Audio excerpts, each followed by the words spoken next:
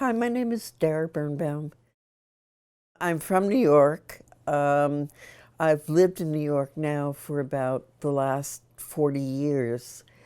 I grew up in New York and I left to go to college at Carnegie Mellon University for architecture, actually, which took 6 years, and I was the only woman, and there were no women professors. I started 3 weeks in bio and couldn't take that and ran out of the classroom and transferred to architecture. My father was an architect, and so I think I went from my mother's science to my father's architecture. I thought it was the perfect combination of math and sciences that I loved and technology along with art. I went to work in architecture, and the last job I had was with Lawrence Halprin and Associates, who was very well known, and his wife Anna Halprin is very well known in the arts.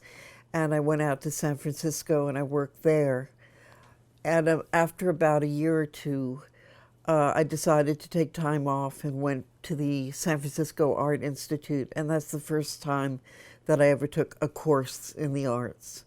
When I graduated, my lover at that time and I didn't really want to stay in America, and we both applied for graduate programs in Italy where we had met and ended up in Florence. I was homesick and we were wandering around, and I looked into a storefront and it had two images in it, Vito Acconci, like a biting piece, and Dennis Oppenheim, which was the open book that he had left on his chest that got sun-tanned and burned in. And I had no idea what they were. I had no idea what conceptual art was at all, but they registered with me.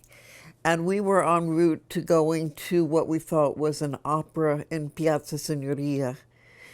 And opera turned out to be opera, like work.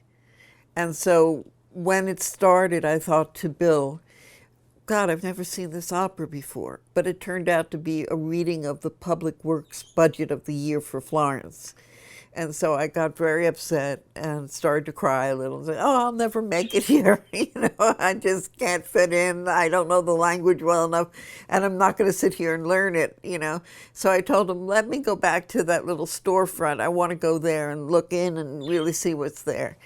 So I went back to the storefront, and it was closed, but there were people in the back, and it looked like they were looking at television. And they told me, like, come in. And I looked, and I went in, and what I saw was actually an Alan Capro videotape that he had made, and that was my first encounter with video, and that started everything for me. Acconci came through Florence, and we became friendly. And he encouraged me to come back to New York and told me what was going on. And I think watching artists out of the box that weren't what I was seeing. I was in love with living in Florence and seeing Renaissance painting, and beforehand, and Giotto was like giving soul to yourself and to your heart. But this was something new. It was something new. And it wasn't the kind of painting I was exposed to in San Francisco, certainly, which all came out of Clifford Still. And it was introducing me to two things. It's introducing me to video in motion that was kind of like a movie if you're very naive, but isn't a movie. And it was also introducing me toward concept-related art. I fell in with a group of younger artists, which I think was a very good thing because it gave me a community. And it was by accident, again, just the way running into that place in Florence was almost accident or fated. And the same thing was to have the good fortune to run into some young artists who together were trying to remain outside the gallery system and to do their own work. And so people like Scott Billingsley, Robin Winters, Dan Graham was the older mentor, almost Willoughby Sharp, were some of the people that were involved. And they told me, come and do your work. And I hardly had work that I knew what to do, but that started pushing me into what would I say. The first pieces were more photographic and slide projection, and then that led into the video. I, in 1980, had already met Electronic Arts Intermix, and they were encouraging and wanted to take on the very first tapes that I ever made. The kitchen was very encouraging. So I wasn't dealing with galleries, nor did I want to, actually. I really felt that this was a more populist medium. It felt like a new time that would encourage a new language and a new way to approach a public. Electronic arts, as an example, were even trying to taste out what it would be like to be in like Kim's video and bring this to a wider audience. And at the same time, some of the public television more in America, like PBS, were encouraging the arts and would have like new television as a show that would present works like my own work. There also was in Europe several channels that had a fourth channel. And actually in Britain, for example, in Channel 4, start to look for artists and actually put out a search for where artistic and creative material could come from. I came from a kind of Marxist space. I had lived in Berkeley, California. I had a belief in Walter Benjamin that the more people that became a part of the production and were producers is the more kind of populist that a medium could become. Those early works were all shot by me with a Portapak that Alan Sondheim was nice enough to loan to me. But when I was asked to do my first show, which happened at Artist Space, I returned to still imagery of television. I thought the most important thing was to comment on television, and I didn't do it with video at first.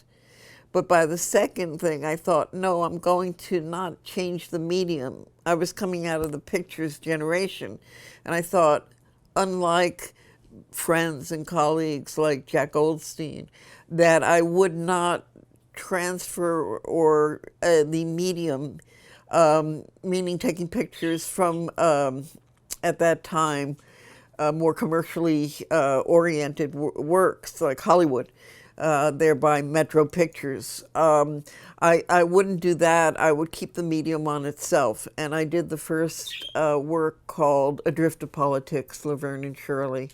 And that was in 1979, and then Wonder Woman followed very shortly after that.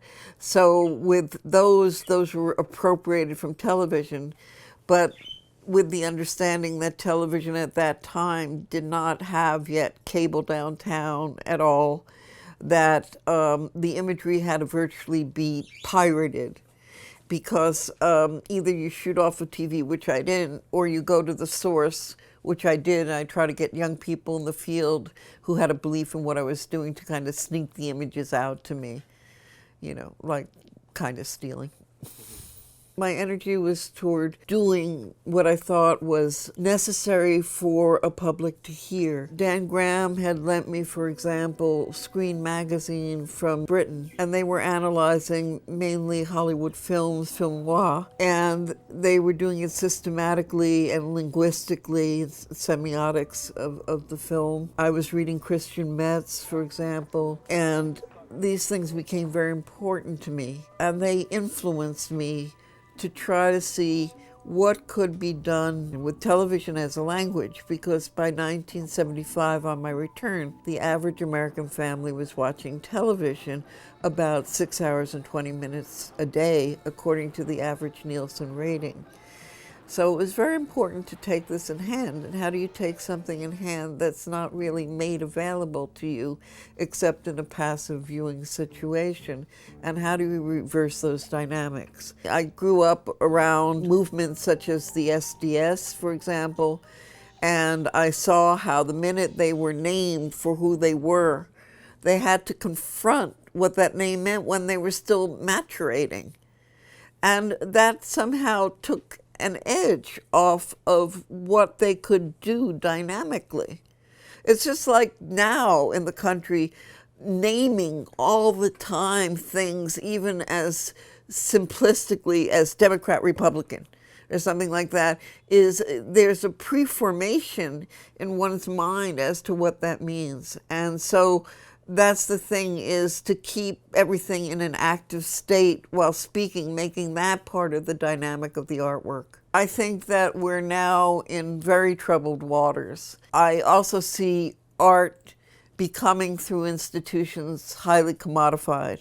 Warhol becomes a product, not a process. The Mao Warhol, this when I was in Berkeley, where we all had our little Mao books and would raise them high, the little red books, you know, then that someone would disrespect in a certain way or neutralize and just go Mao, Mao, Mao, Mao, Mao, Mao, Mao. It took the punch out, but it made you see something in a different way. I liked, for example, that several years ago, a group of artists I knew started something like Orchard as a gallery for 3 years only, and I loved that they stopped at the end of 3 years. They said, this is an experiment that we're doing, and they showed their own work, but they showed other works. They made it a place where people could come and talk and listen and have a dialogue.